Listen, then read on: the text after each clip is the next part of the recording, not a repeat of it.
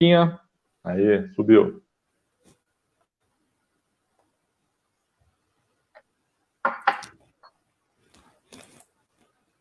O link do Facebook? Só um minutinho que eu acho que já está no ar, hein? É.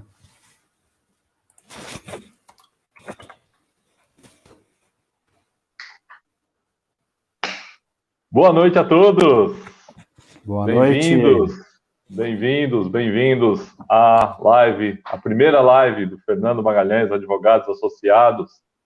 O time está um pouquinho desfalcado ainda, como vocês podem perceber. Ainda falta o Dr. Sérgio Ruiz, mas dentro de instantes, resolvendo uma situação de internet, ele estará conosco aqui também. Gente, a primeira coisa que eu tenho que dizer eu começo a nossa fala aqui dizendo sobre empreender. Empreender, em boa parte dos dicionários nacionais, lá está constando fazer algo muito difícil, ou tentar fazer algo muito difícil. Vocês querem maior dificuldade ainda que empreender no momento de pandemia? É por essa razão principal que nós nos dispusemos a tratar o assunto, os reflexos jurídicos nas decisões empresariais, como sendo o nosso tema inaugural. É a primeira live que o escritório Fernando Magalhães Advogados Associados faz, e eu tenho certeza que será a primeira de muitas. Porque nós estamos num momento novo, nós estamos num momento de conexões. É a primeira live que o escritório Fernando Magalhães Advogados... Eu vou pedir, quem sabe faz ao vivo, né? Eu vou pedir só para que diminua retorno. Eu estou escutando a minha voz. Eu preciso brecar isso, eu acho que era por aqui. Então, muito difícil, eu continuo escutando a minha voz. Bom, nós falávamos que é a primeira de muitas porque nós estamos vivendo o novo normal, né? As formas de vinculação das pessoas, há pouco mais de 60 dias, ou exatamente 60 dias, está muito diferente. Não nos foi perguntado e não nos foi dado nenhuma possibilidade de fazer diferente. Nós estamos em isolamento social e, portanto, a única forma que temos de nos comunicar com o mundo externo, se não for pela via telefônica, é de forma a nos conectar pela grande rede, pela internet.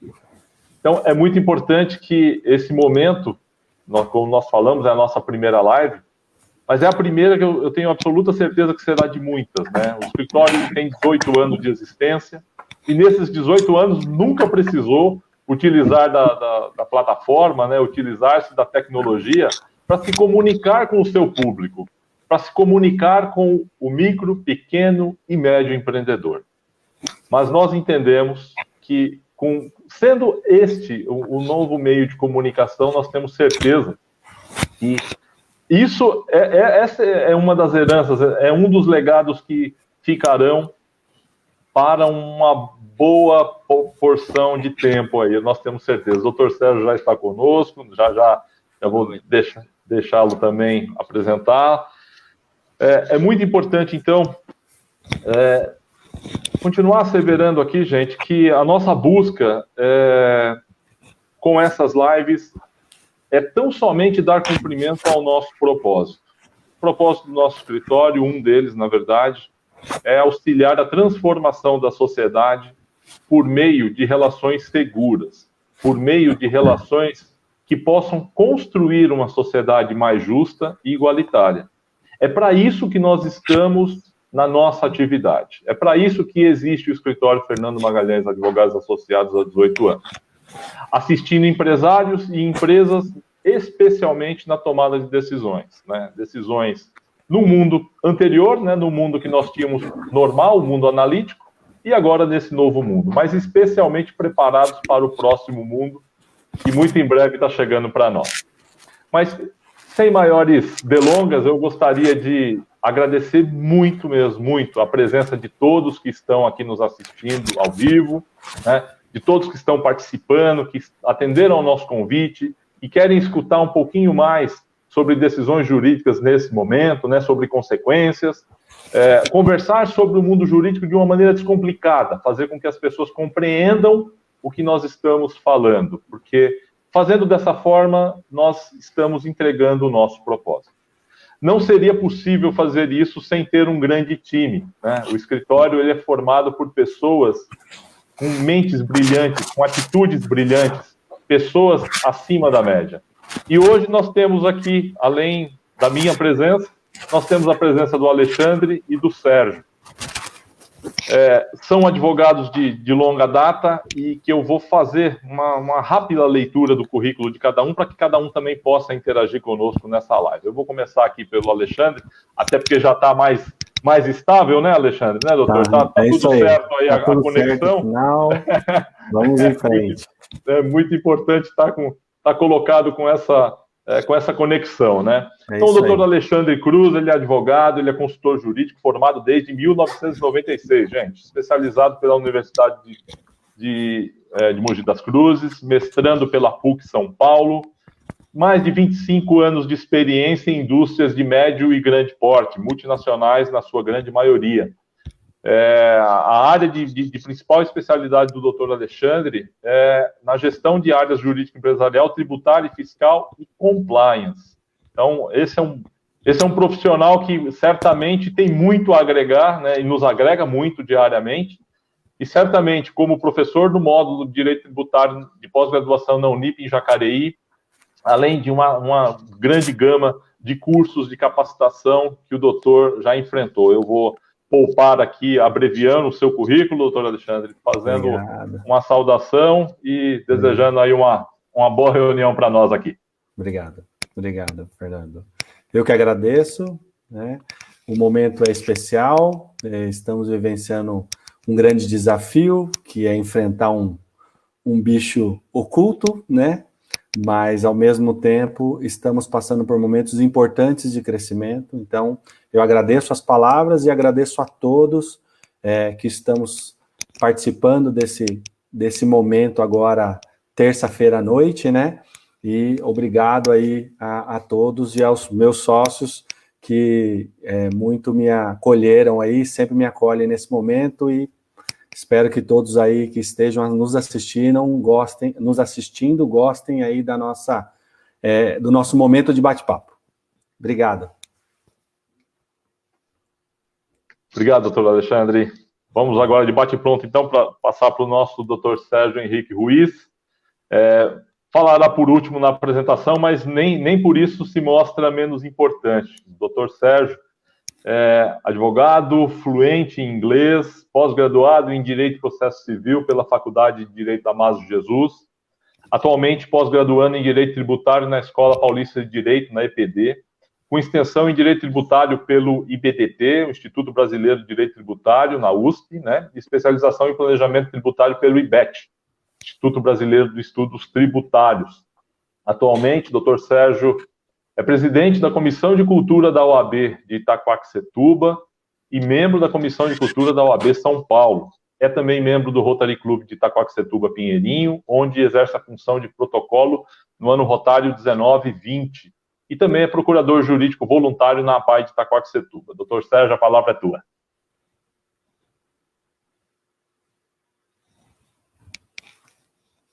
Boa noite a todos, boa noite, doutor Fernando, boa noite, doutor Alexandre. É sempre muito bom poder falar para as pessoas, né, daquilo que a gente gosta tanto, né? E essa é uma grande oportunidade da gente bater um papo, da gente estar ao vivo aí, inclusive as intempéries de fazer um bate-papo ao vivo com todas os fatos que podem ocorrer no meio dela, né? Principalmente para nós que temos filhos pequenos aí em casa. Mas é muito bom falar disso, discutir com as pessoas sobre o que a gente tem pela frente, né, enfrentando essa nova realidade, trocar ideias, trocar conhecimento, é sempre muito bom, muito bem-vindo, né? Então, agradecer mesmo essa oportunidade que a gente tem de, né, como sócios, a gente se reunir, bater esse papo e se reencontrar, né, tá mais próximo, mesmo que tão longe aí por causa desse momento. Muito bom, Sérgio. Vamos retirar os doutores das nossas falas, porque isso faz com que nos aproximemos bastante, né, principalmente, desse atual momento, né, do descomplicar. Certamente, doutor Sérgio, e aí tirando o Sérgio, um papai muito próximo ao grande filhote que tem, certamente fará também com que o grande Bento participe da nossa live de maneira muito ativa. Bom, gente, a nossa pauta... Não digo nada se ele fazer uma parte no meio da live. Verdade. O tema sugerido, gente, é sobre as decisões dos empresários no atual estágio de pandemia. Nós temos feito algumas lives, especialmente para tratar desse assunto, só que quando nós idealizamos para falar da nossa especificamente aqui dentro do escritório, nós gostaríamos de enfatizar um pouco além do atual momento, né? O que a nossa maior provocação para a noite de hoje é nós conversarmos sobre as consequências das decisões que os empresários estão tomando nessa noite.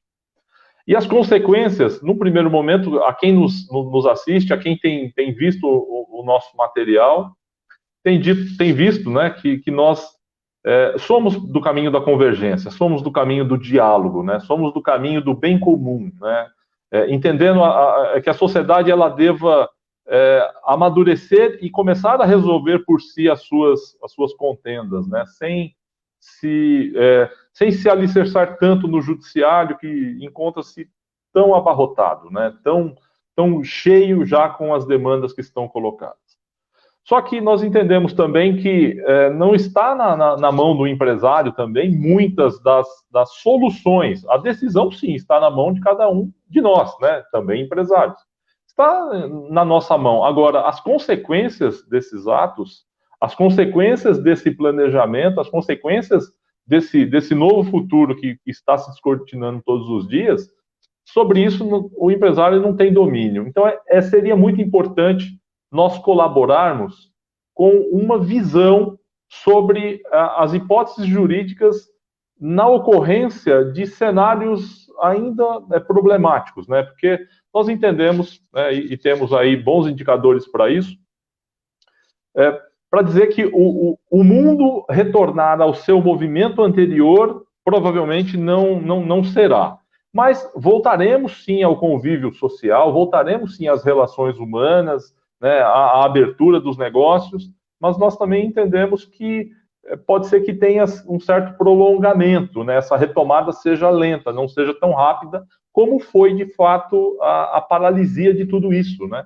Tudo isso que o coronavírus tem nos trazido na atual sociedade. Então, olhando para esse cenário, essa retomada não basta simplesmente o empresário ter a possibilidade da sua atividade, por exemplo, dia 1º de junho, né, como se aventa na nossa sociedade, só que a sociedade ainda ressabiada, né, o consumo ainda não estará num aquecimento adequado. Nós estamos aí com cenários econômicos muito preocupantes, com desemprego em marcha, né, com a riqueza e com todo o fluxo financeiro absolutamente paralisado, não só no Brasil, como no mundo. Então, nós temos aí alguns cenários que indicam que nós teremos que ter mais paciência e mais resiliência, mesmo após a abertura dos negócios, né, a autorização de abertura dos negócios. E é justamente das ferramentas jurídicas que nós queremos falar nesta noite. Então, esse primeiro momento da nossa conversa, eu vou tratar com o Sérgio, para que nós falemos, Sérgio, sobre as questões contratuais. Eu tenho certeza que as relações contratuais, aquelas civis, né, locação, prestações de serviço, consumos, relações comerciais, né, os empreendedores que são indústria e comércio, né, a duplicata que é credor ou que é devedor de algum fornecedor.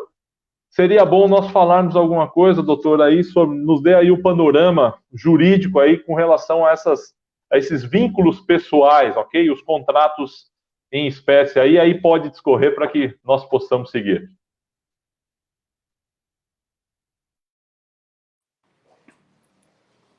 Obrigado, Fernando. Novamente, boa noite a todos. Realmente, a gente tem falado desde o início, né, disso tudo, a gente, todos temos buscado nos adaptar a essa nova realidade, enfrentar isso de alguma maneira, e encontrar meios de enfrentar e passar por isso, principalmente, né? Enfrentar todo mundo vai. A questão é, no final das contas, no frigir dos ovos, nós passarmos por isso, né? E aí, num primeiro momento, nós falamos bastante sobre isso, a gente sempre, é importante frisar, né? É importante buscar sempre convergência, né? A solução amigável, a solução conjunta das situações, né? Mas todas as relações foram completamente modificadas, completamente revistas em muitos casos, né? Então, a gente tem posições, como nós chegamos a comentar em artigos, inclusive em outras oportunidades que tivemos de falar, ao passo que o empresário ele é credor em uma ponta, ele também é devedor na outra ponta, né? Nós temos um círculo aí que forma toda essa economia, essa realidade vivida, né? E então o que acontece? Ele tem que dispor de ferramentas, né, para se resguardar. Tá tudo bem no áudio? Tá fluindo? Minha conexão estava meio instável, não sei se tá. Tá. E dispor de ferramentas para, como credor, poder receber o que tem de direito, né? E como devedor, poder honrar e repactuar as obrigações dele, né? Então, num segundo momento, enfrentada essa questão de repactuação e etc., né, mais adiante, já superando essa questão desse planejamento, o empresário que tenha, né, optado por repactuar, sempre, como nós falamos, nós chegamos a divulgar, a mencionar aí 7 passos, né, importantes de ter a empresa na mão. Paralelamente a isso, ele, como credor de uma obrigação, ele dispõe de meios de receber isso, né? Inicialmente, né, ratificando o que nós sempre falamos da convergência, buscando a solução interpartes ali, ainda sem a intervenção do judiciário, né? Então, é possível essa convergência, essa busca. E aí chega um determinado momento que ela é esgotada. E aí a gente precisa dar um passo a mais. Então, a gente tem meios, né, dos quais o empresário dispõe para fazer essa cobrança. Então, com a notificação extrajudicial sendo um início disso, né? Um início dessa cobrança para constituição, inclusive, do devedor em mora, enfim, para que ele possa, depois, se ainda assim nada se resolver, acabar por desaguar com essa demanda no judiciário, né? Somado a isso, né, os títulos, conforme a natureza do contrato, enfim, a obrigação, ele consegue levar o título a protesto também, né, recorrer aí às serventias extrajudiciais, aos cartórios, né, de notas e protestos, e protestar esse título em mais uma tentativa de impelir o devedor a honrar a obrigação que tem com ele, né? Isso nós estamos falando já depois das atitudes, da repactuação, de tudo que foi combinado pós-susto de pandemia, né? Pós essa novidade. Então, foi combinado, o tempo passou, nós estamos já olhando para o futuro.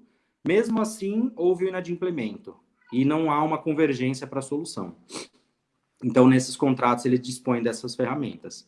E aí, judicialmente, que a gente existem, né, e essas ferramentas estão à disposição aí do empresário para cobrar e receber os títulos, nós temos ações diferentes que podem ser adotadas, que ele pode se valer delas no judiciário para cobrança. Então, por exemplo, um contrato, né, que seja um título executivo, ele ter uma execução desse título, né, de um título executivo extrajudicial, de maneira que o juiz, por ser a execução um rito mais rápido, um procedimento mais célere, impingir ao devedor o pagamento com prazo, sob pena de maior oneração, de multa, de honorários de advogado, enfim. É um meio mais rápido de levar ao judiciário o conhecimento de que essa dívida não foi paga, né? E aqui eu também não vou me aprofundar em cada tipo, né? Para não se tornar maçante e pesada, né? A informação. mas o credor, né, o empresário credor, ele dispõe aí de ferramentas, seja da execução de título extrajudicial, ação de cobrança, ação monitória, enfim, ações legalmente previstas, né, quando se esgotaram os meios extra, né, quando já se tentou, inclusive, a mediação, enfim, não... Tudo isso é possível de ser viabilizado via judiciário. É claro que isso impõe uma demora, infelizmente, para o judiciário, que hoje está numa situação de os servidores, né, e aqui não é uma crítica, mas sim uma constatação, remando contra a maré. Eu conheço N servidores, nós vemos os esforços estoicos deles de realmente lutarem contra uma demanda de 80 milhões de processos que hoje tramitam no judiciário, né? Mas essas são ferramentas possíveis para o empresário, como credor, receber aquilo que faz jus, aquilo que tem direito, né? E aí, até puxando um gancho de um material que nós já disponibilizamos, falamos em outras oportunidades, de que a Covid, a pandemia, não pode ser motivo, não pode ser desculpa para a inadimplência, né? Ela tem os efeitos, ela causa uma série de consequências, mas sempre tem que, as relações sempre têm que estar permeadas pela boa fé, pela boa intenção dos agentes, das partes que estão ali negociando, né? Por um outro lado, como eu falei, o empresário, muitas vezes, ele também tem que fazer frente às obrigações assumidas perante fornecedores dele, né? Então, ele tem pagamentos a serem feitos, né? E obrigações, e se lá na frente não deu certo esse pagamento? Quais são os meios? O que é que ele pode fazer quando não houve mais convergência? Para ele ficou insustentável a manutenção daquele pagamento, daquela repactuação, porque a gente sabe que isso é uma consequência lógica, claro, que encerrou o estado pandêmico, no dia seguinte não se passa a ter a economia e os resultados e a geração de negócios de uma empresa normalmente. Isso vai levar um tempo para se recuperar, né? Então, ele também vai precisar disso. E aí, judicialmente, em eventual demanda, ele tem meios de fazer essa defesa, né? Desde que sempre de boa fé, isso é claro, né? Para que não pague, por exemplo, para que não seja submetido a dar garantias que sejam absurdamente onerosas ou que coloquem em risco aí o seu patrimônio, de maneira que isso cause para ele um prejuízo muito maior do que a dívida que ele já tinha, do que a obrigação que ele já tinha, né? Ele, a empresa, enfim.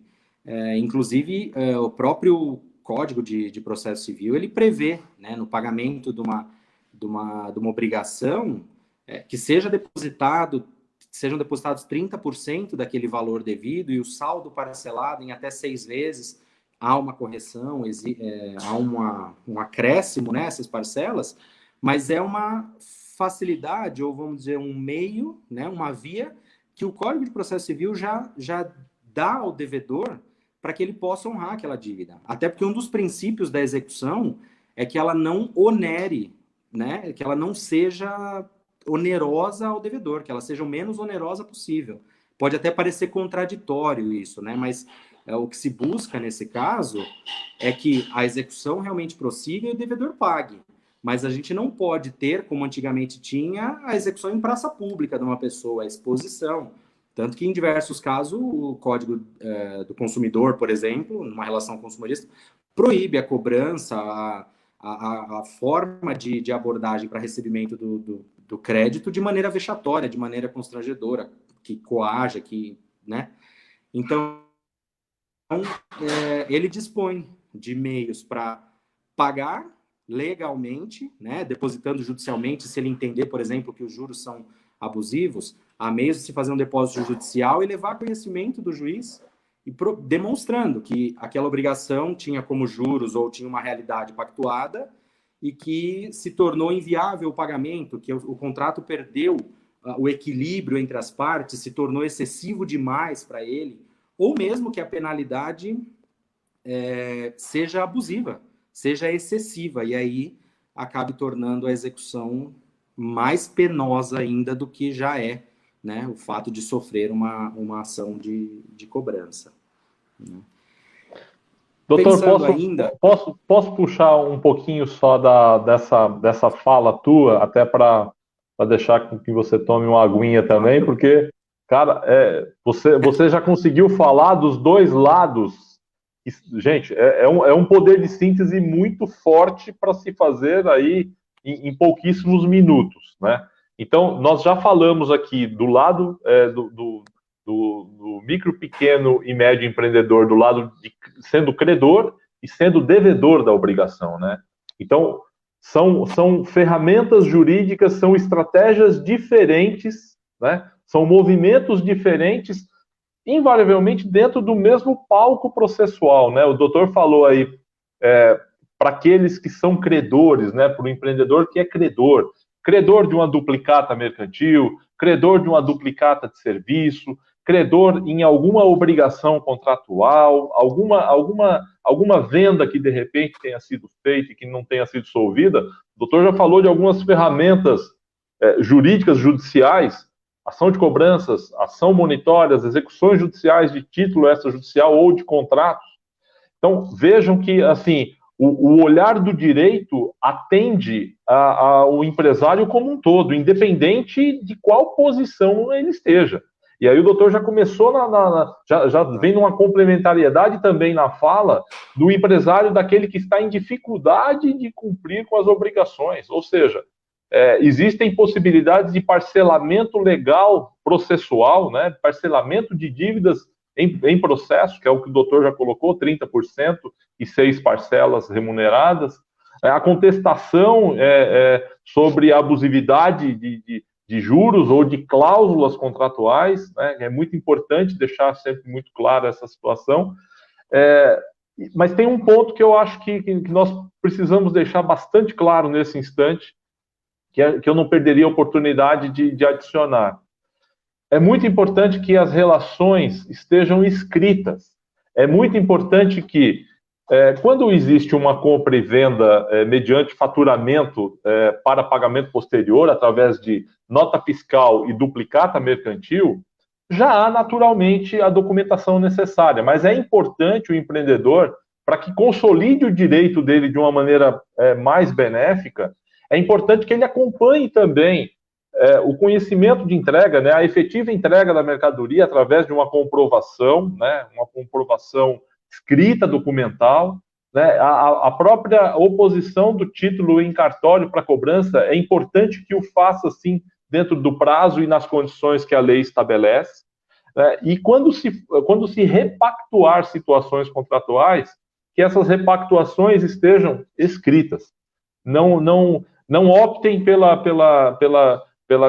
convergência, por mais que nós sempre estejamos falando que o diálogo é a melhor forma de solução, mas o diálogo por si só ele não é a melhor forma de materializar a solução. A materialidade da solução está na escrita. O direito é, por si, muito formalista, né? O nosso direito em espécie, ele reconhece na forma escrita a melhor forma admitida em direito.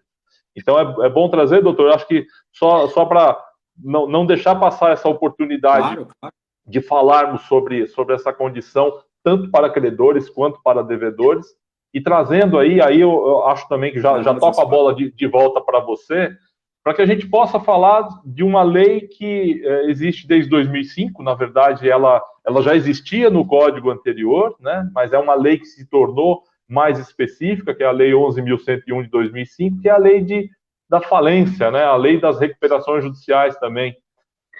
Como é que nós podemos recomendar, Sérgio, para que tanto numa postura de devedor e de credor, a respeito dessa norma, vamos passar linhas gerais para o nosso telespectador, para o nosso internauta da noite? Isso aí. Só pegando o gancho exatamente dessa questão escrita, como a gente sempre fala, né? O contrato, ele vai estar ali quando uma das partes não puder falar por si ou não estiver ali para dizer o que foi pactuado, né? Então, o que é pactuado de boa fé verbalmente, se uma dessas partes, na hora de rever ou discutir qualquer termo, não estiver mais presente, alguém vai ficar sem essa informação e não vai prevalecer o que foi conversado, né? O famoso fio do bigode. Então, a escrita, reduzir isso a termo é sempre importante, né? Seja por e-mail, enfim, por um instrumento específico que é mais recomendado, um aditamento, né? Nessa questão da recuperação judicial, enfim, a gente tem que entender também que ela não pode ser no susto, né? Ela não pode ser uma questão de repente eu requeri isso como uma estratégia de bate-pronto. Ela tem que estar, o empresário, até voltando aí aos nossos 7 passos que nós já mencionamos, já chegamos a divulgar.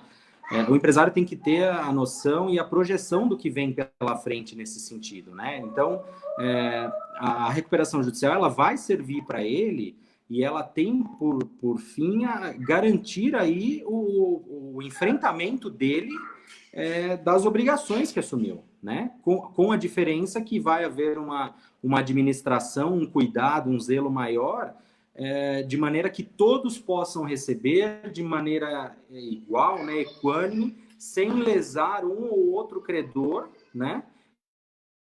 E sempre dando seguimento e cumprimento às ações que foram pactuadas. Então, a gente tem um estigma, né, que quando a mídia solta muito, né, a Avianca entra em recuperação judicial, como se a empresa já tivesse morta, como se, acabou, agora pronto, não existe mais.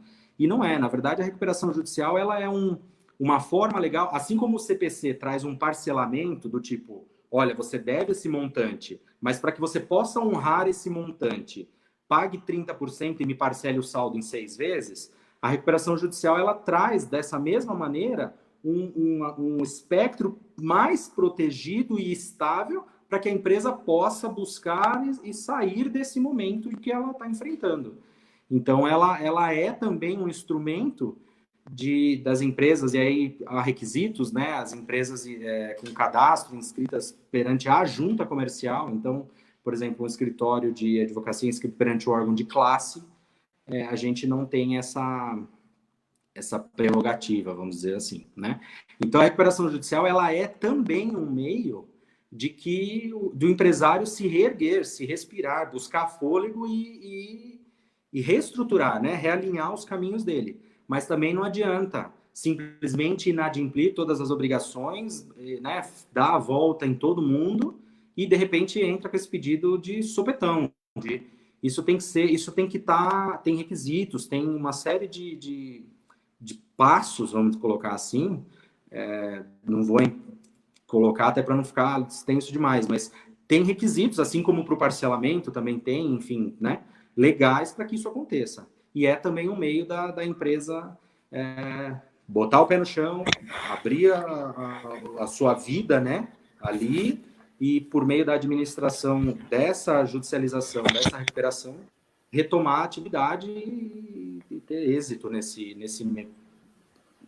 recurso que a lei dá, né? Então, na verdade, é uma ajuda legal, é uma ferramenta que o empresário tem à disposição para conseguir se reerguer quando as coisas se tornam mais difíceis, né?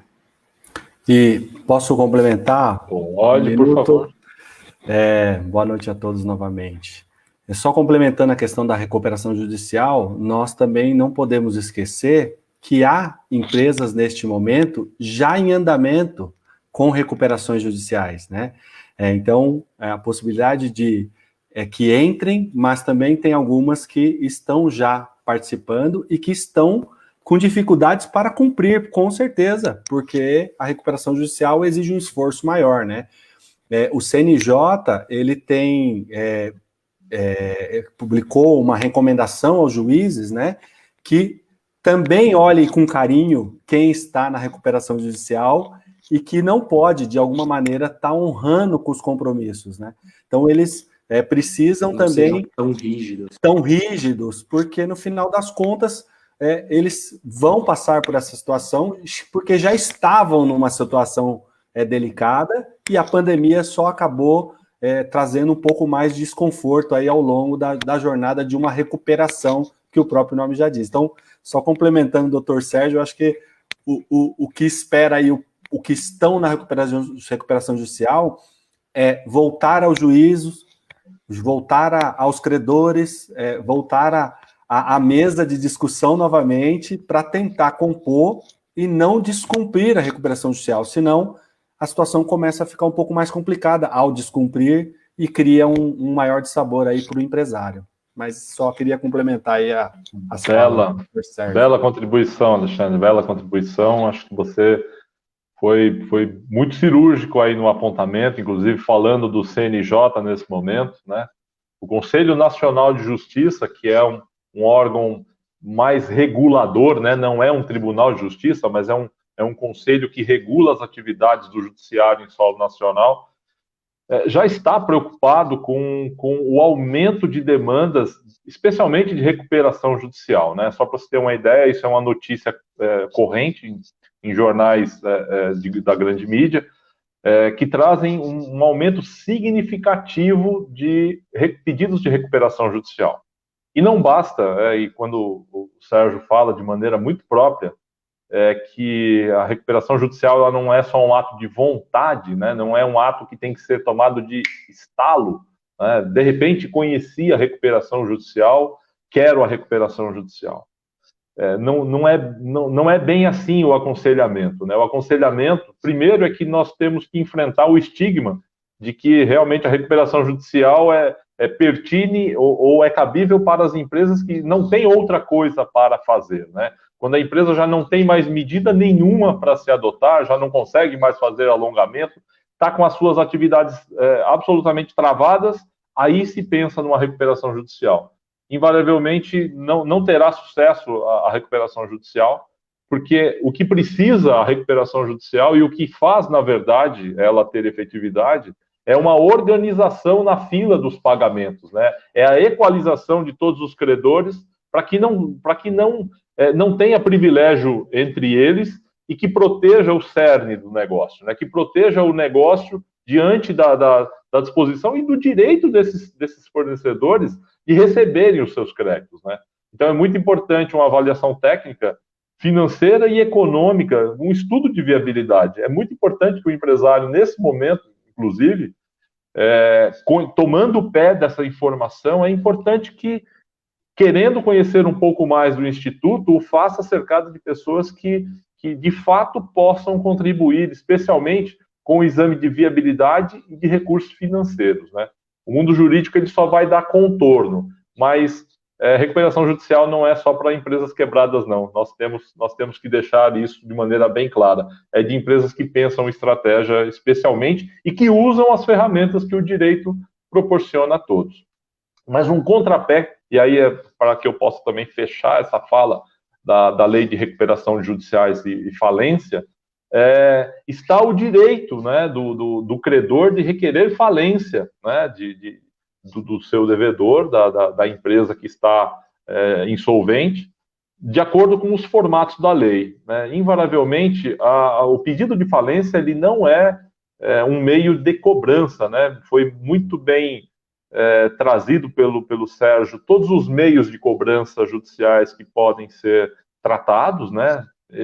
A falência, muito embora ela esteja fundamentada numa dívida não honrada, né, protestada, enfim, com todos os requisitos do título da cobrança, mas ela não se presta unicamente para fazer recebimento, ela se presta principalmente para demonstrar que existe uma preocupação com o caminhar dos negócios daquela empresa. Aquela empresa, provavelmente, ela possa estar num desequilíbrio tal que prejudique, inclusive, a outros fornecedores também. Então, a falência, por mais que ela possa ter aí, de maneira indireta, uma fluidez no sentido de cobrar uma dívida, o escopo principal dela não é esse.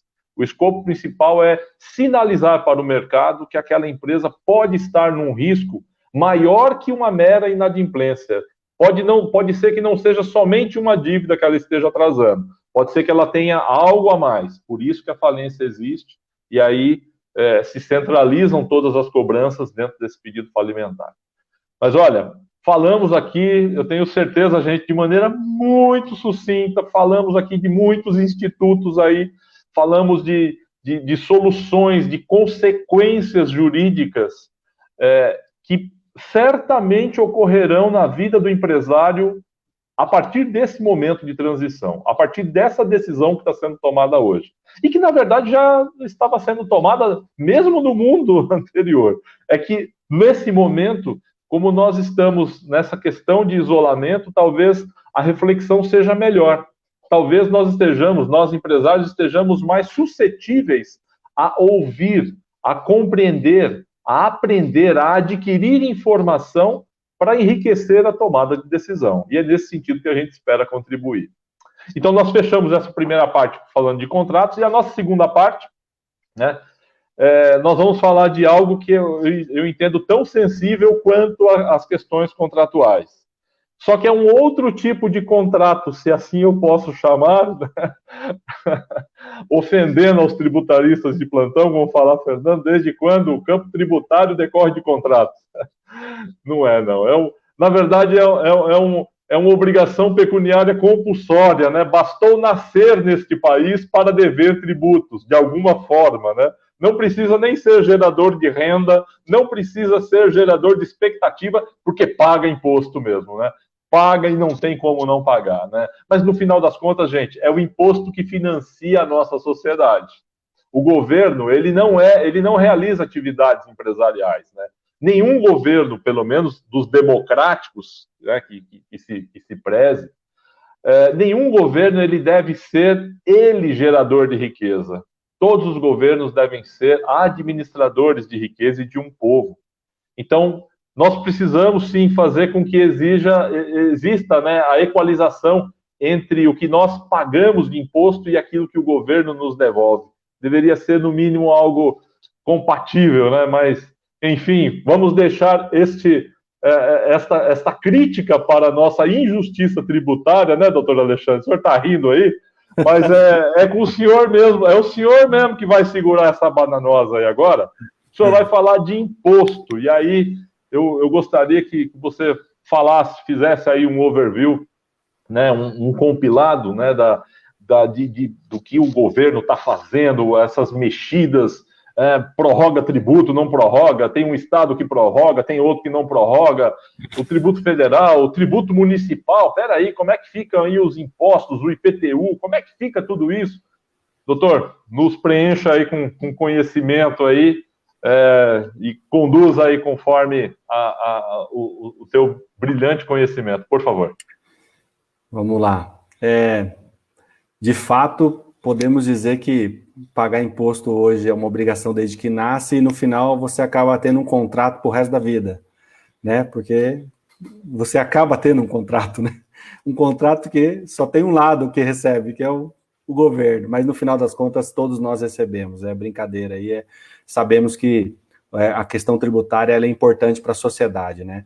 É claro que nesse momento de pandemia, nesse momento delicado, governo sofre, contribuinte sofre, empresário sofre, todos nós, né, sofremos, porque realmente quando a arrecadação diminui, tudo é impactado, mas o governo vem fazendo algumas tratativas, porque o apelo é muito grande, o empresário precisa de caixa, ele precisa de alguma maneira ter como sustentar a sua empresa, né? E querendo ou não, as questões trabalhistas que envolvem os trabalhadores são extremamente importantes, os impostos acabam sendo importantes, então tudo acaba sendo envolvido aí numa seara, e nós precisamos tomar cuidado, porque no final das contas o empresário hoje ele acaba sendo impactado sobre o não pagamento do eventual imposto, ou quando paga, ele acaba prejudicando um outro lado, que, por exemplo, pode ser os trabalhadores, ou pode ser um fornecedor, um contrato, como nós falamos um pouco atrás aí sobre isso, né? Mas o governo hoje, seja o governo federal, o governo estadual, o governo municipal, cada um está tentando tratar a questão tributária de uma forma a impactar menos neste momento o empresário, né? E o contribuinte pessoa física também, mas o empresário hoje talvez não está observando ou recebendo isso de uma maneira direta, mas indiretamente, com prorrogações, suspensão de pagamento, não aplicando penalidades, os atos administrativos, ou não intimando o contribuinte para pagar impostos nesse momento. Então, tudo isso, né, o governo tem feito dando alguma alternativa para que o empresário possa ter um respiro, né? E eu acho que a prorrogação do PIS, da COFINS, do INSS, do Simples, né? Que para o pequeno e médio empresário aí, o Simples, a postergação ajudou muito, porque, querendo ou não, é um dispêndio de caixa, né? Que você tem que ter faturamento, precisa ter negócios fechados, e nesse momento muitas empresas, muitos empresários, muitos microempresários estão aí parados, esperando passar essa pandemia, para que possa novamente o faturamento ser a sua grande conquista e conseguir assim cumprir com as suas obrigações, todas elas, e inclusive a tributária, né? Nós temos visto que no âmbito federal essas prorrogações de impostos têm acontecido. No âmbito estadual, o governo tem tentado, de alguma maneira, ajudar bastante o setor da saúde, porque é esse que precisa hoje de incentivos, né?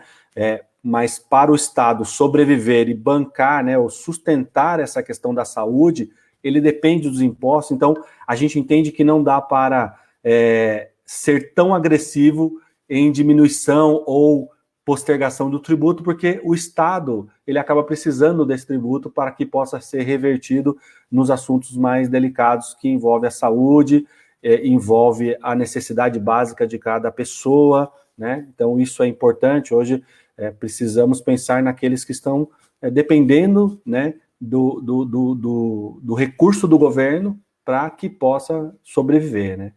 E os municípios, por sua vez, estão tentando ajudar também de alguma forma. Cada município tem tratado a sua situação peculiar, mas postergando IPTUs, ISS, tentando achar maneiras que possa, de alguma forma, ajudar aí o contribuinte ou o empresário nesse momento. Então, cada um está tentando fazer sua parte. É claro que, para o empresário, fazer a sua parte pode ser que ainda é pouco, né? Podemos pensar um pouco nesse lado, mas talvez o pouco já é importante para que as coisas possam gradativamente ir caminhando no crescimento e daqui a pouco essa pandemia acaba. O que eu observaria, não sei se meus colegas têm alguma observação sobre isso para acrescentar, mas o que eu percebo e que hoje, falando de contratos, nós falamos agora, e falando de tributos, uma das coisas importantes que há de ser feita é um bom planejamento, né? O empresário hoje tem que pôr suas contas ali, olhar, né, para os tributos, porque eles não vão parar de ser cobrados, né? Os parcelamentos continuam em vigor, o que foi fechado no passado continua valendo, né? Pode até ser que ele suspendeu, mas ele vai continuar pagando esse tributo. Então, lá na frente, essa postergação, essa prorrogação de pagamento ou essa redução de pagamento, ela vai ser cobrada. E se o empresário não se planejar ou não conseguir fazer um planejamento eficaz, ele vai continuar tendo problema lá na frente. É claro que nós sabemos que hoje há uma ajuda, um tipo de ajuda.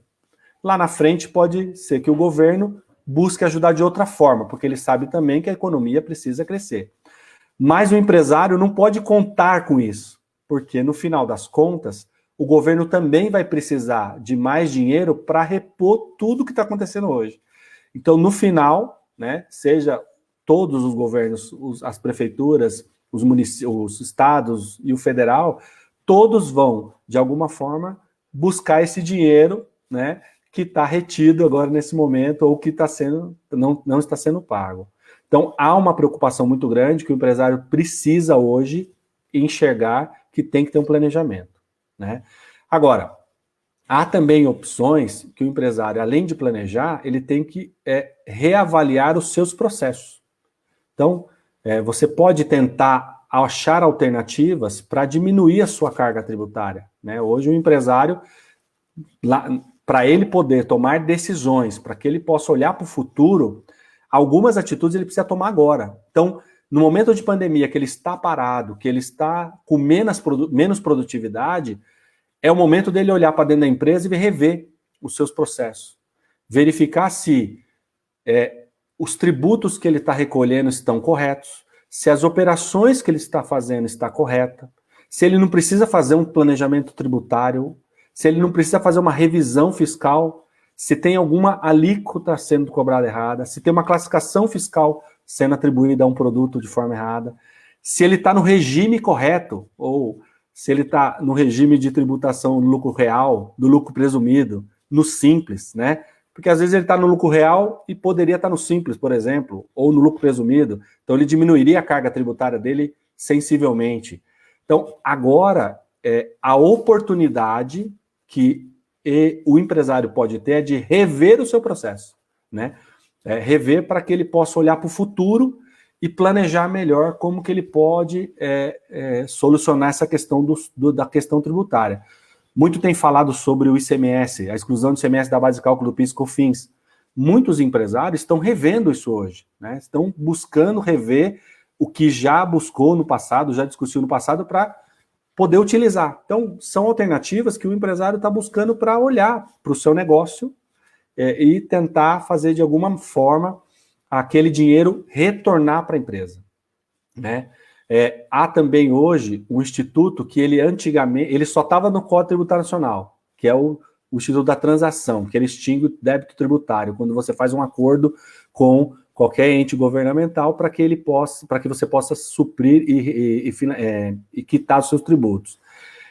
A transação, antigamente, ela não tinha regulamentação, e a medida provisória 899, ela veio para regulamentar isso, né? Então, hoje, com a Procuradoria-Geral da Fazenda Nacional, você consegue fazer um acordo que você paga uma entrada de 1% e parcela o resto da dívida, né? Então, todos os empresários, olhando para o seu negócio, olhando para as suas dívidas, têm a oportunidade de buscar o fisco e falar: fisco, quero fazer um acordo, né? Justamente para buscar uma alternativa para que ele possa olhar para o passado, porque nós sabemos que a carga tributária no Brasil é muito alta, então tem empresário que já vinha pagando o tributo com parcelamentos, ou não vinha pagando porque realmente não estava conseguindo suprir isso por conta da última crise que foi vivenciada.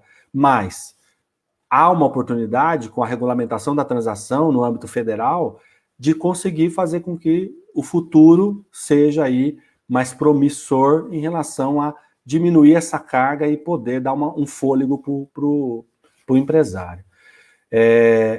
E as compensações, como eu falei, usando o planejamento tributário é uma alternativa, e na transação é outra alternativa, mas, além disso, o planejamento, ele acho que é um momento crucial, o planejamento como um todo, planejar para poder olhar para o futuro.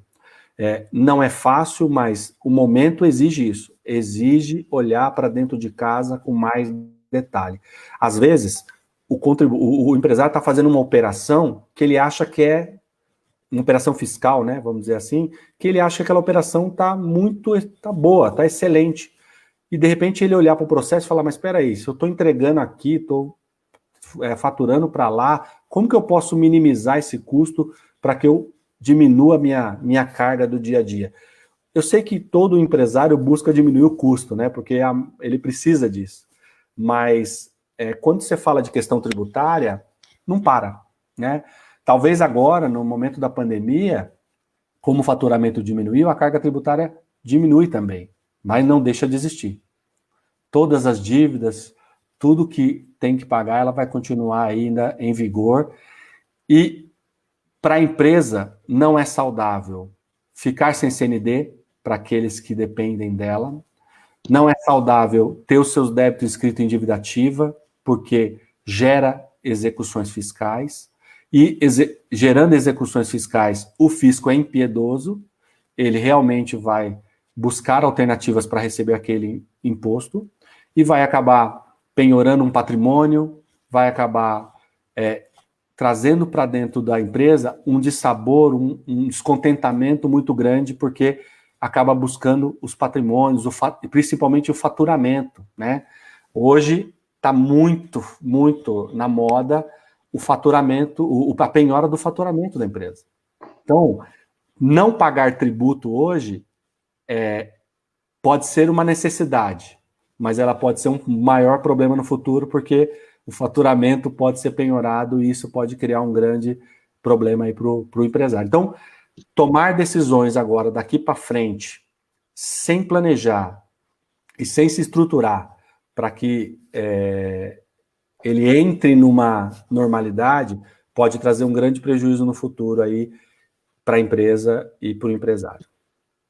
Acho que... Ok, vamos colaborar um pouquinho então, Alexandre. A tua explanação foi muito na veia, né? Foi uma explanação em que eu tenho certeza que o empresário que tomou ouvidos dela fez muita anotação. Tenho certeza que tudo que você passou, desde a revisão de processos, a checagem eventualmente de números financeiros na empresa, né? Não raras vezes processos de revisão fiscal mostram que a empresa de fato tem dinheiro dentro dela e ela não sabia que teria direito a utilizar, né? Então é muito importante ter essa lucidez empresarial. É muito importante também falar, Alexandre, e aí você disse isso também de uma maneira muito catedrática, que o fisco é impiedoso, né, gente? Quando existem medidas judiciais de cobrança de impostos, a partir do momento que o contribuinte é chamado ao processo, invariavelmente em processos de execução fiscal, não existe uma conversa, né? Não existe um chamado para o debate ou para que o contribuinte explique os motivos que o levam até essa inadimplência. O que existe nesse processo de execução é pura e simplesmente a busca pelo número, a busca pelo valor que não foi contribuído, que não foi recolhido aos cofres públicos. Muito pouco adiantará a argumentação, muito pouco ou quase nada a argumentação típica, né, da inadimplência, que é a falta de caixa, a falta de capital de giro. Eu acho que não tão relevante também para situações, de uma maneira genérica, a pandemia. Eu acho que situações e situações serão sim avaliadas, né, terão o seu devido aquilatamento. O judiciário já mostra isso em algumas decisões, né? Não adianta falar genericamente da pandemia, de que ela está nos afetando, né? E aí, como argumento de defesa para nos excusar do cumprimento das obrigações. Não. Você tem que mostrar, evidenciar por números, por provas, por demonstrações que a pandemia de fato contribuiu decisivamente para que você inadimplisse, né? Então, é muito importante, então, ter essa situação tributária sobre as rédeas, né? Até porque os números tributários são muito grandes, né, gente? A nossa carga tributária empresarial, e somado também a cobrança em todas as etapas, né? Pagamos imposto em tudo que temos na vida, né? Somos tributados tanto na renda, quanto na produção, quanto no consumo, enfim, na transmissão de patrimônio, nós somos tributados a todo instante. Então, o que nós temos aqui, principalmente como medidas que o empresário tem que olhar, eu acho que só fazendo um fecho na brilhante explanação do Alexandre, trazendo as questões aquelas que não decorrem da mera inadimplência, né? Aquelas que são tidas como apropriação indébita ou aquelas que são oriundas de autos de infração que ensejam até a investigação de crimes tributários.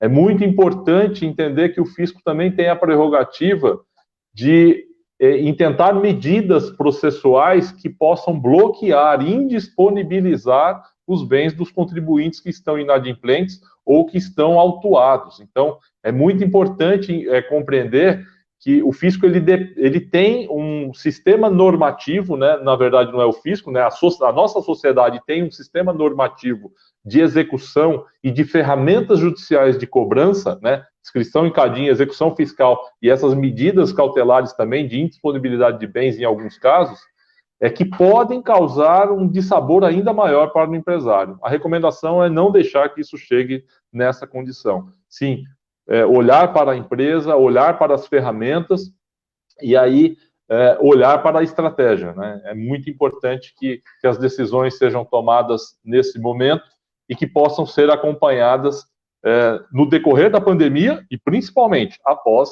a cessação desse estado.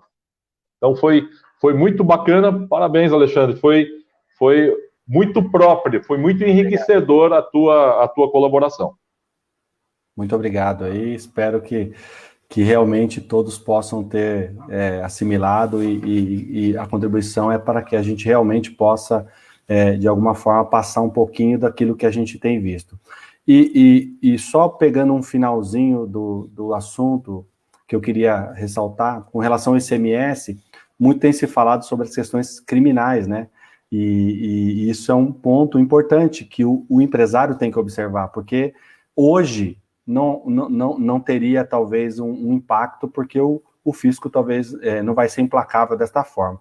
Mas no futuro, a falta de pagamento do ICMS pode gerar um problema muito grande para o sócio da empresa, né? Para o representante legal da empresa. Então, tem que tomar muito cuidado com isso, porque pode gerar, além dos problemas relacionados a CNDs, processos, execuções, ainda um problema, né, de ordem criminal aí para o empresário, que não precisa passar por isso diante de toda a situação. Então, é o cuidado aí que tem que se ter sobre isso, tá? Perfeito. Mas eu acredito que Perfeito, Alexandre. Todo mundo aí vai conseguir sair dessa e a questão tributária vai ser superada aí ao longo do tempo. Perfeito. Com a tão sonhada revisão, né? Com a tão sonhado que ninguém ainda conseguiu fazer no governo, mas é tão sonhada a revisão tributária, né? O grande foco aí que precisa rever toda essa questão tributária. Você falou bem da carga, né? Nós temos um país para reerguer e nós precisamos também de uma melhor justiça tributária, nós precisamos da reforma tributária e eu tenho certeza que se ela precisar mexer com o Pacto Federativo, com a nossa forma de Estado, nós temos que estar atentos aí com os nossos governantes, com os nossos parlamentares, para poder, de fato, nessa retomada, realmente não esperar, não, gente. Nós temos que ser os protagonistas dessa retomada. Deixa eu fazer um comentário aqui para os meus colegas. Estamos tendo aqui interações pela internet e deixamos as dúvidas em aberto. Tem algumas colocadas aqui, mas eu vou dar destaque a uma que está colocada aqui pelo Leonardo Veloso Lima. Eu vou sintetizar aqui o questionamento, e aí quem tiver mais à vontade para responder, por favor, né? Ele está dizendo que está que eu entendo aqui, tá, gente?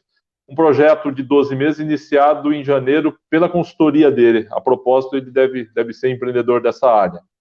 Estávamos no 3º mês de execução do projeto, aí a danada da pandemia chegou, né? Tivemos ações interrompidas, já negociei 27% para o retorno em junho, ou seja, teve que repactuar, né? Teve que remexer aí no seu contrato original. Caso haja desistência da empresa, a cláusula de rescisão indica que eles devem pagar 50% do valor dos meses restantes, mesmo sem execução do projeto. É possível que a justiça não veja validade nessa cláusula devido à pandemia? Olha que pergunta quase que... É caso em concreto, né? Não é uma pergunta em tese. Doutor Sérgio, quer dar um alento aqui para o nosso Leonardo Veloso Lima, falando sobre manutenção de cláusula, provavelmente seja de cláusula penal, e aí a revisão dessa cláusula nesse momento de pandemia? Bom, Leonardo, espero que meu áudio esteja bom, porque a internet está oscilando bastante. Espero que esteja legível. Eu vou te responder com um caso paralelo, só que era uma relação de consumo, inclusive saiu hoje a publicação dessa sentença. Não tem a ver com a pandemia, tá? Não era questão de pandemia, mas eu estava na defesa, né, da parte que acabou discutindo o contrato, enfim, e que estava pela outra parte sendo cobrada e punida com uma multa de 50% do restante das parcelas do contrato, porque encerrou o contrato antes do prazo, né? E por ser uma relação de consumo, o juiz, em que a multa era muito abusiva, 50%, ele falou, olha, é uma multa abusiva, fica muito oneroso, a cláusula não pode onerar desse jeito, então há um excesso, e ele reduziu a multa, né? Ele modulou essa multa e houve uma redução. Já tive, por exemplo, um caso anterior que nós tivemos, num recurso em que houve a fixação de multa diária de R$1.000. E aí a parte contrária demorou 500 dias para cumprir a ordem. Nós pedimos a execução e aí eles recorreram e no tribunal eles disseram, olha, 500 dias vezes 1.000, a multa fica muito pesada. Então nós vamos reduzir essa multa para R$100 por dia. E reduziram para que não haja essa, no entender deles, a onerosidade excessiva. O Tribunal de Justiça de São Paulo é muito conservador, ele preza muito pela estabilidade das relações, etc. E quando eu falo cláusula abusiva ou excessiva, não entenda como uma crítica ou um tom pejorativo, é só um termo que é comumente usado, é um termo corriqueiro, né, da área. Nesse caso, então, se a justificativa aí demonstrada for a pandemia e houver a prova do excesso e etc., de que o contrato foi, ainda que repactuado, se tornou, em razão dessa pandemia, excessiva demais a parcela, eu tenho o sentimento de que talvez o judiciário possa, sim, rever, porque, como eu falei, a pandemia não pode ser motivo para inadimplência. Eu não posso justificar tudo na inadimplência. Perdão, justificar a inadimplência de diversas coisas na pandemia. Mas, uma vez demonstrada que, em razão da pandemia, não houve nenhuma condição, como o doutor Fernando pontuou há pouco durante a explicação do doutor Alexandre, mesmo na seara tributária, né?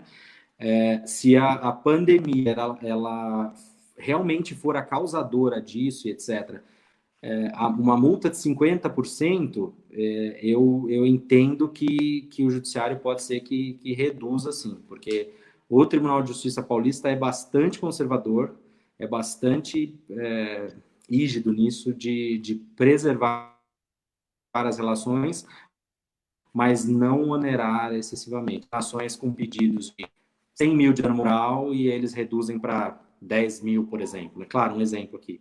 Mas eu entendo que pode ser que, se a pandemia for demonstrada, essa cláusula seja revista, porque o contrato não pode ser oneroso demais para uma das partes. Ele tem que ter uma coisa que a gente chama de sinalagmaticidade, ou seja, ele tem que ser igual para todo mundo. Se ele pesou demais para mim, ou pesou demais para você, a gente precisa buscar meios de equalizar. E aí é nessa hora que, quando as partes não têm um acordo, o judiciário intervém e faz esse acordo. Então, perfeito. Eu por favor, né, opiniões em contrário digam, mas vamos sempre ser revista, sim. Vamos sempre colocar também, agradecendo a interação de todos os internautas nesse sentido. São opiniões livres, né? É uma resposta em tese, né? Qualquer coisa que demande aí uma decisão sobre uma decisão, uma adoção de providências frente a qualquer instrumento, ela carece sim de um olhar, e aí a nossa recomendação é que um olhar técnico responda para você de maneira certa, né? De maneira objetiva e não em tese, né? No nosso debate aqui, a gente está fazendo algumas contemporizações, trazendo, né, a experiência, que eu acho que isso é muito importante. O que o Sérgio acabou de colocar são experiências do dia a dia, então, mas que certamente elas não são recomendáveis a adoção desses exemplos para o caso em espécie, né, para o caso concreto, porque nós não estamos aqui nesse ambiente de avaliação de casos em concreto, mas esperamos ter contribuído aí com a resposta do nosso internauta. Nós já estamos estourando um pouco o nosso tempo regimental, né? Mas não sem antes nós falarmos um pouquinho... 3 advogados juntos para falar na mesma sala. Realmente fica tudo muito exprimido, né? Fica tudo muito exprimido. Mas que bom, isso nos mostra um bom indicador e uma certeza de que temos combustível para viajar nesse movimento, nessa condição de transmissão de conteúdo de uma maneira absolutamente unilateral, absolutamente para o bem. É sinal de que nós temos combustível para muito tempo. Isso é uma situação muito bacana de se sentir. Mas o nosso fecho, então, até pela nossa proposta inicial, é falarmos um pouquinho dos efeitos das decisões que os empresários estão tomando em decorrência das medidas provisórias, especialmente a medida provisória 927 e a medida provisória 936, né? São medidas provisórias que estão vigentes no país, pendem de votação ainda pelo Congresso Nacional, né, pela nossa Casa de Leis, tanto no Parlamento quanto no Senado, né, tanto na Câmara dos Deputados quanto no Senado, e aí retorna para a sanção do presidente Jair Bolsonaro. É muito importante compreender o bojo da edição, né, o bojo, melhor dizendo, o cenário da edição dessas medidas provisórias, né? Vamos lembrar que o governo editou essas medidas no momento sem saber muito bem para onde é que as coisas estavam indo. Isso já beiram 30 dias, ou um pouquinho mais, e precisavam de respostas imediatas. Então, de modo a preservar principalmente as questões do emprego, né? Nós temos aí algumas decisões que o empresário tomou olhando para essas medidas provisórias, sem compreender na essência ou sem conseguir aquilatar, de fato, as consequências que essa adesão pode lhe causar. E aí a gente precisa compartilhar um pouco da nossa experiência nesse sentido, que a semana passada, conversando com um empresário, ele falou assim: Fernando, estou arrependido de ter ingressado com a suspensão do contrato de trabalho, ou a redução, enfim, fundamentado na medida provisória 936. Porque eu não sei até quando essa situação vai perdurar, e os 60 ou 90 dias, dependendo da ferramenta que ele utilizou, prevista dessa medida provisória, ela vai se tornar inócua. Daqui um tempo, o funcionário vai voltar, e aí eu não tenho mais essa medida para tornar, né? Não existe a possibilidade de fazer com que essa medida seja renovada, pelo menos não está ainda na medida provisória a melhor interpretação, não tem uma permissão para reincidência, né, nessas condições. Mas eu estou obrigado a manter o funcionário pelo prazo que eu diminuí ou suspendi, né, que eu diminuí a atividade ou suspendi a atividade do funcionário.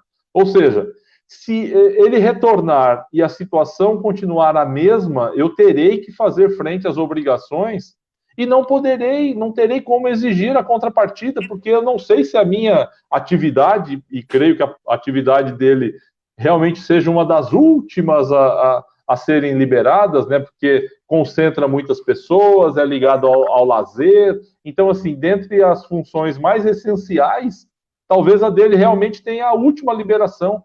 Mas aí os funcionários vão retornar tanto da suspensão quanto da diminuição, né, fundamentadas nessa medida provisória 936, e ele não vai ter ainda, e mais, ele não vai ter mais a liberdade de poder pensar a própria dispensa ou diminuição ou um outro pensamento que possa ter, porque aí o funcionário tem estabilidade. Então é muito importante que a decisão tomada, e aí essas medidas provisórias, essa 936, a primeira coisa que ela lança a mão de ideia lá, ela diz o seguinte: ela objetiva a preservação de emprego e renda. É a primeira coisa que ela visa preservar. Ela não visa preservar a empresa. Ela não visa preservar o negócio. Ela não visa preservar o empresário. Ela objetiva a preservação do emprego e renda. Por acaso, suspendendo neste momento ou paralisando parcialmente a atividade, isso gera um desafogo financeiro para o empresário, para ele fazer as suas decisões financeiras de uma maneira melhor. Mas é muito importante o empresário tomar conta que essas decisões, fundamentadas nas medidas provisórias, além de ser uma legislação provisória, como o próprio nome diz, ou seja, sujeita a alteração nas nossas casas de leis, Congresso Nacional, é muito importante entender o ônus que o empresário está trazendo para si. Então, assim, não é simplesmente resolve agora e daqui 60 dias eu ter o mesmo problema. E aí nós, novamente, voltamos para aquela situação do planejamento, né, empresário? Voltamos para a nossa boa e velha prancheta, ter informações para que nós possamos tomar boas decisões. Então, acho até que para fechar também sobre inovações legislativas, hoje mesmo, ontem foi sancionada uma lei 13.999, que criou a possibilidade de um fundo que podem ser, de recursos financeiros que podem ser tomados pelo micro e pequeno empreendedor, que se chama Pronamp. Atenção para esse Pronamp, é muito bom, gente. Do ponto de vista do empreendedor, olha, funciona para capital de giro, né? Numa rápida leitura que fizemos, funciona para capital de giro, funciona para investimento, taxas de juros absolutamente 4,25 por ano, então é um dinheiro realmente muito barato, né, diante do cenário brasileiro recente, só que tem comecem a olhar a consequência da adesão. O empresário que aderir a este fundo, né, a esta captação de recurso, ele estará obrigado a manter os empregos pelo mesmo prazo do financiamento. Então, assim, entendam sempre que a norma vem com uma condição social e essa norma é uma instituição de apoio para as micro e pequenas empresas, só que ela cobra uma contrapartida no sentido de fazer com que o empresário não demita. Então, nos próximos 3 anos, ou seja, você tem até 3 anos para pagar esse financiamento, né, esse recurso tomado, só que o teu compromisso será a manutenção de empregos. Nós não advogamos a demissão, é lógico que não estamos aqui querendo que o empresário faça racionalidade e que corte empregos e que prejudique famílias em absoluto. Não é essa a nossa recomendação. A nossa recomendação sempre é que o empresário tem que tomar decisões a partir de boas informações. Aliás, de todas as informações. Não ficar somente com a parte que interessa e que soa bem no início da conversa. É necessário entender o bojo como um todo, entender a extensão dessa decisão como um todo, para que você continue tomando decisões, mas que você consiga administrar muito bem as consequências delas.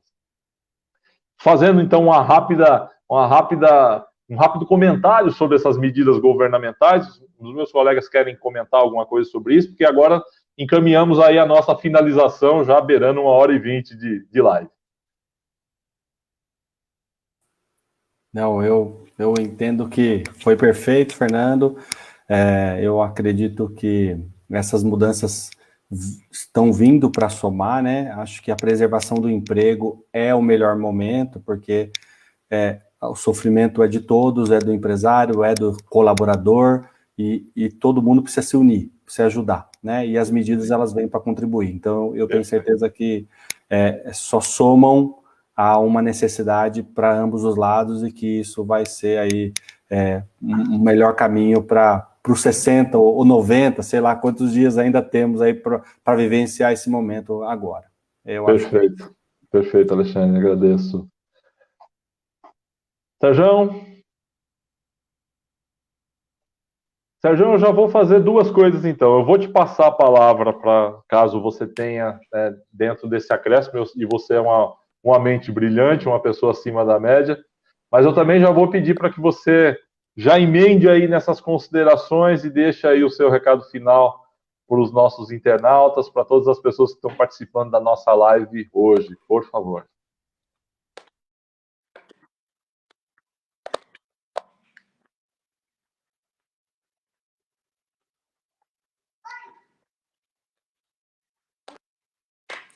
As contas realmente foram bem pertinentes, do Dr. Alexandre, as suas. Realmente isso busca, que eu vou frisar sempre, porque a gente tem que aplicar, inclusive, em casa isso, né? Os 7 passos do empresário, ter a empresa na mão, principalmente, e aferindo agora os objetivos curtos, interações sempre próximas, para enxergar a empresa no dia a dia ali, trazer tudo em períodos mais curtos, para sempre fazer uma mensuração mais dia a dia, paulatinamente. E aí, agradecendo, né, a presença de todos, as perguntas feitas, a interação, é um prazer sempre poder falar, compartilhar, bater bola, né, do que a gente aprende, do que a gente estuda tanto. Isso é realmente enriquecedor. E dizer que a gente vai passar junto por isso, né? E eu gosto muito de uma frase que eu, em certa oportunidade, aprendi, que Gandhi fala, né, que uma situação ruim, um problema, ele só é um problema completo quando a gente não consegue tirar dele nenhum aprendizado, nenhum proveito. Então, que a gente consiga, e essa pandemia está impondo isso a nós, né, repensar as nossas formas de negócio, repensar as nossas relações, repactuar, e tentarmos enxergar e aproveitar aí o que isso tem nos trazido também do lado bom, né, de outras coisas, de nos fazer enxergar e dar valor em coisas que antes a gente não prestava atenção. Então, acho que é essa a mensagem. Agradeço demais a oportunidade, o momento de fala aí, o bate-papo, e continuo sempre à disposição.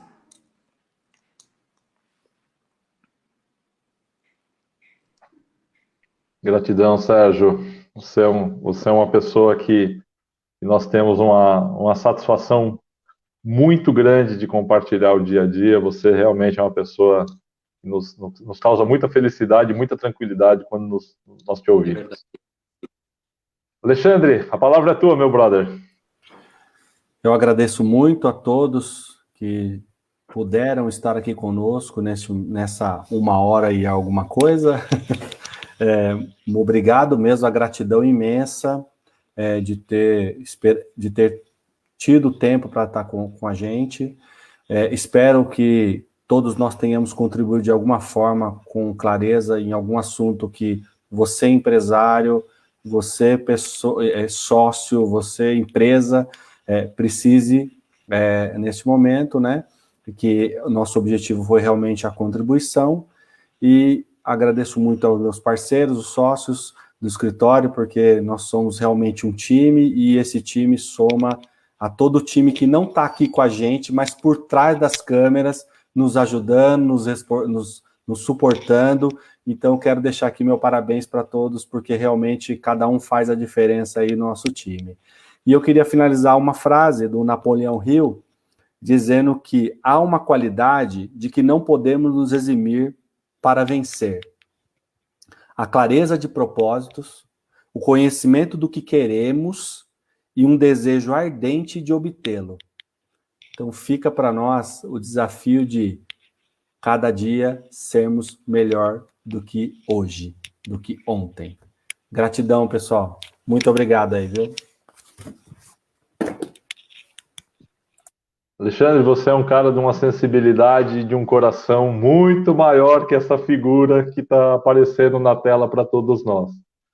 Você é uma alma muito generosa. Eu tenho certeza que alcançou todos os seus objetivos. Eu sei do tamanho das suas intenções e do quanto Deus é vivo na tua vida, na nossa vida, com certeza, e do quanto são puras essas declarações.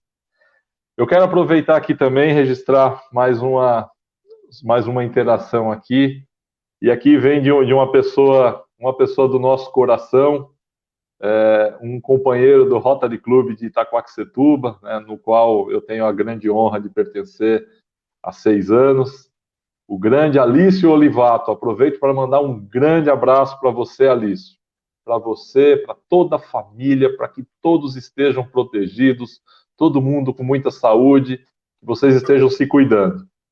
E aí o Alício contribuiu conosco com a seguinte frase: haverão muitas dúvidas em todos os sentidos, seja de pessoal, RH, seja de encargos, seja tributário. Com a fala do Olivato, eu tenho certeza que nós atingimos o nosso objetivo. O nosso objetivo, gente, não é estabelecer a verdade através da nossa fala de maneira inexorável, de maneira indubitável, de maneira a não provocar uma possibilidade de conversa.